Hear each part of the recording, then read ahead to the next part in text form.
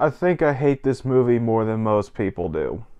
Wonder Woman 1984 was released in 2020, directed by Patty Jenkins, starring Gal Gadot, Chris Pine, Pedro Pascal, and Kristen Wiig. And I, like most DC fans, was very excited for this movie because the first Wonder Woman is one of the best DCEU movies, and we were finally getting a sequel after a year of bullshit. Should have been better, guys. Yeah, let's go ahead and start off this review with the good, and they're okay. Granted, there's a couple things I like in this movie. First, you got Gal Gadot as Wonder Woman. She's always been great. She gives a really good and emotional performance in this movie, so I give her a pass here. Chris Pine as well. I really like him as Steve Trevor, even though I've got some issues with how he was brought back. I'll talk about that later. But I really like Chris Pine. He was, obviously, I already mentioned, he's my favorite Chris in Hollywood. Gave a great performance here. And I really love those little small moments between him and Gal Gadot. Their chemistry is still off the charts here.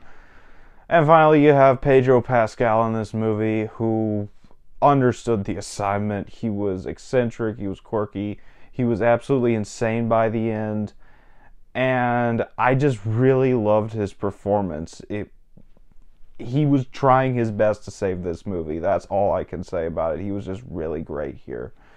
That's about it for the good. On to the bad. And unfortunately, everything else about this movie is just bad. First, you have the other villain in this movie, Cheetah, played by Kristen Wiig. And no hate to Kristen Wiig. I don't dislike her as an actress, but she was A, very miscast as Cheetah, and B, characterized very poorly. It was nothing like Barbara and Minerva from the comics. It just took this trope of the quirky nerd that idolizes the hero and then becomes a villain later on, like the Riddler in Batman Forever, like Syndrome in The Incredibles, like Aldrich Killian in Iron Man 3, like Electro in Spider-Man 2, Amazing Spider-Man 2. This is a very specific trope that needs to be put to rest. I'm sorry, that was a mini rant. I kind of almost lost my cool there. But yeah, I did not like the characterization of Cheetah. The handling of the character just was a complete mess, a complete misfire in my opinion. Did not like how they handled Cheetah. But yeah, moving on from that, the story here just is not good in my opinion. You got this whole MacGuffin story with this wishing stone that's corrupting the entire world. They're trying to find it. Oops, Maxwell Lord has gained the powers of the stone.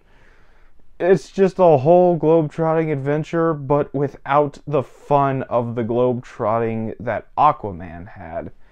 And there's just so many plot beats in this movie that are in such bad faith. First of all, you have the whole plot line where Steve Trevor is brought back, but not really. His spirit just inherits another man's body, therefore causing a whole controversy where Wonder Woman basically rapes another guy multiple times, and they just shrug it off. Yeah. No. Don't like that. And then there's this whole handling of Cheetah. Like I said, it's just a really bad faith handling of this character, where around the halfway point of this movie, she beats up a guy who's trying to assault her, and they portray that as a bad thing. She's defending herself and it's portrayed as a bad thing. What? That? Don't like that. Yeah. And one of the biggest travesties of this movie is it's set in the 80s. They don't use the 80s setting at all. Aside from maybe the opening scene in the mall, they don't use the 80s setting like they really should have. The action sequences in this movie are completely forgettable. The Wonder Woman versus Cheetah fight only lasts like 5 minutes. And the Cheetah is supposed to be Wonder Woman's like main nemesis from the comics, and they only fight for like 5 minutes. It made no sense to me. Yeah, like I said, the story is bad. The score, okay, the score's not terrible, but it's forgettable, if I'm being completely honest. And, I don't know, there's just a lot in this movie that just did not stick the landing whatsoever. So, yeah, I'm just gonna move on. That's all for the bad. On to the final thoughts. I can bitch about this movie all fucking day, but I'm not going to, because we've all got more important shit to do. Like, I've got to go see Transformers in a couple hours. But, yeah. Wonder Woman 1984, not a fan. I'm just not. Wonder Woman 1984 was such a disappointment. Should have been way better. Was not way better. And therefore, I can only give it a 2 out of 10. So that was my review for Wonder Woman 1984. Have you seen this movie? What did you think about it? If you have seen it. And a little bit of a play-by-play of what I'm going to be doing next week. I've already mentioned this, but I will not be re-reviewing The Suicide Squad. I reviewed it last year on its 1-year anniversary. I've said my whole piece on it. It will be in the DCEU playlist on my channel.